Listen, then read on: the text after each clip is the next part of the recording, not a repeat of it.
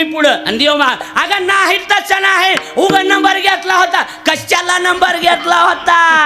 अगं नाही उगा ते सहज सहज नाही काय नाही. बायाच्या डोक्यातून कसलं बी भूत निघतंय, पण ही भूत बायाच्या डोक्यातून निघतच नाही. हे भूत बाईच्या डोक्यात बसलं की संसाराचा सत्यनाश झाला म्हणून समजायचा. काहीच नाही लागत महाराज, कशाचंच काय. बायाचं डोकंच कसं चलतंय देव जाणे. मला कमाल वाटते 2-2, 3-3 बायका सांभाळणाराची. मग एकीनं नाकीनं आलेत महाराज. हा काय कसलं डोकं चलत असं आणि कसलं नाही.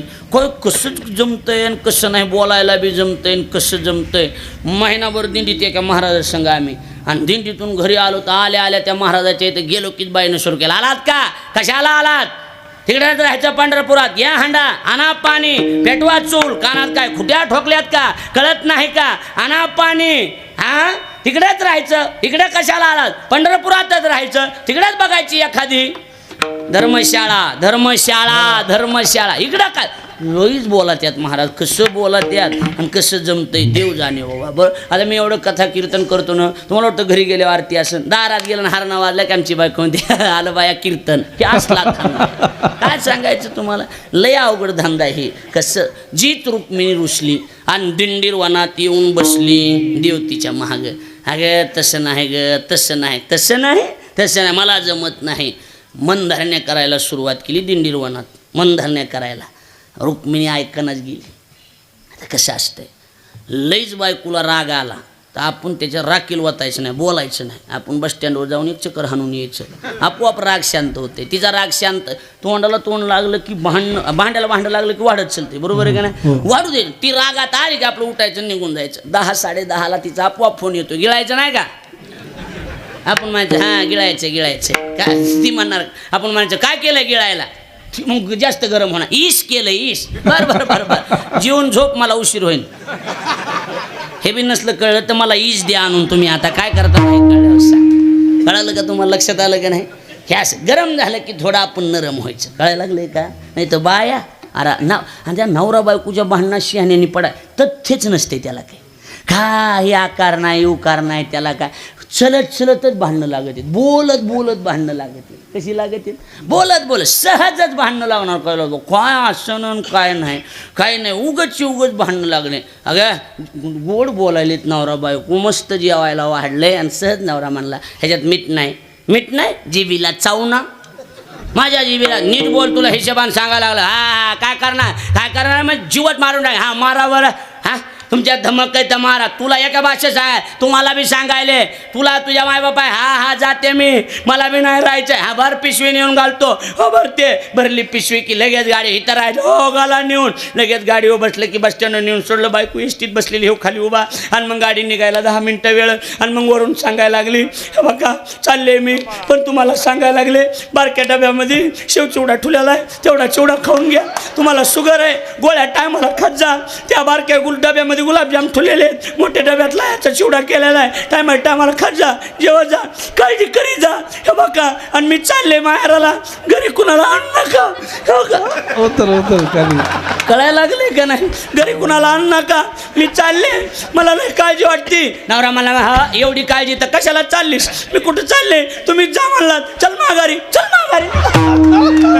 काय लागत काय? निघाले माघारी दोघं बी. ही असली भांडणं असते. शहाण्यानं त्याच्यात पडायचं ना. ही दुपारा एका जागी होते, माणूस तोंडावर येते, लय अवघड होते. इकडं बघा, लक्ष द्या.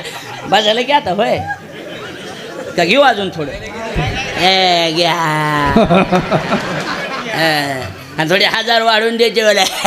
घ्या ॲडजस्ट करा आता. बघू पुढच्या वर्षी पुन्हा बोलतच नाही. असलं गाव ही, त्याच्यामुळे मी पैसे मागत नाही. लक्षात यायला लागलंय का नाही? बघा इकडं लक्ष द्या. एवढा विषय क्लिअर करून टाकू. कुठवर आलत? कुणाच्या बापाला माहिती कुठवर आलत ती. बरं वाटायला बसलो तर आम्ही आपलं दिंडीरवानात. देव म्हणले आता ही लईच गरम झालेली, आपण थोडं नरम व्हा. मग देव म्हणले कामात काम करून घेऊ. बऱ्याच दिवस झालं पुंडलिक बसलेला आहे, आपण त्याची भेट घेऊन त्याचं काय काम आहे ती बघून येऊ. रुक्मिणी तिथंच राहिली आणि दिंडीरवानात. आणि भगवान गेले आणि पुंडलिकाच्या जवळ गेले. हरी. आणि पुंडलिकाच्या जवळ गेल्याच्या नंतर पुंडलिका आई वडिला सेवा चालू आहे. मग ऐसा कैसा रे तू धीट मागे फिरकाविली वीट वीट टाकली कारे पुंड्या मातलाशी उभे केले विठ्ठलाशी बरोबर पुंडलिकाच्या निकट सेवे कैसा धावे बराडी आपुले ते थोरपण आणि नारायण विसरला. वीट फेकली आणि सांगितलं ह्याच्यावर उभा राहा आणि कमरेवर हात ठेवू आणि मग असा कमरेवर हात ठेवून देव तिथं उभा राहिला. लक्षात यायला लागले का नाही? हा करायला लागले का नाही? म्हणून कटी कर समचरण साजिरे राहिला भिवरे तिरी उभा. आता भिवराचं एक राहिलंच वा, हे आज दुसरं सांगितलं की काय सांगायचं निघाला आता. एवढं आहे का? घडू नाही घडलं चंद्राकून पाप घडलं. कुणाकून काय घडलं? गुरुपत्नी शिरत झाला क्षयरोग त्या चंद्राला. गुरुपत्नी शिरत चंद्राकून पाप घडलं. पाप एवढंच ऐका आता. पाप घडलं आणि म्हणले ह्याला प्रायश्चित्त द्या, ह्याला प्रायश्चित्त द्या. असं मोकळं सोडून जमणार नाही. सभा भरली. म्हणले मग आता काय करायचं? म्हणजे ह्याला अध्यक्ष कोण? म्हणले अध्यक्ष तुम्ही काय करा, महादेवाला करा. कुणाला करा? महादेव जो निर्णय देतील तो मान्य. ठरलं. चंद्र बी म्हणला ठीक आहे मान्य. तेवढ्यात ही शिंडीवाला आला. कोण? नारद. नारायण नारायण काय चालू आहे? म्हणले चंद्राकन असं. अध्यक्ष कोण आहे? म्हणले महादेव. माझं म्हणणं यंदा अध्यक्ष बदलून टाका. काढी टाकली. कोणी?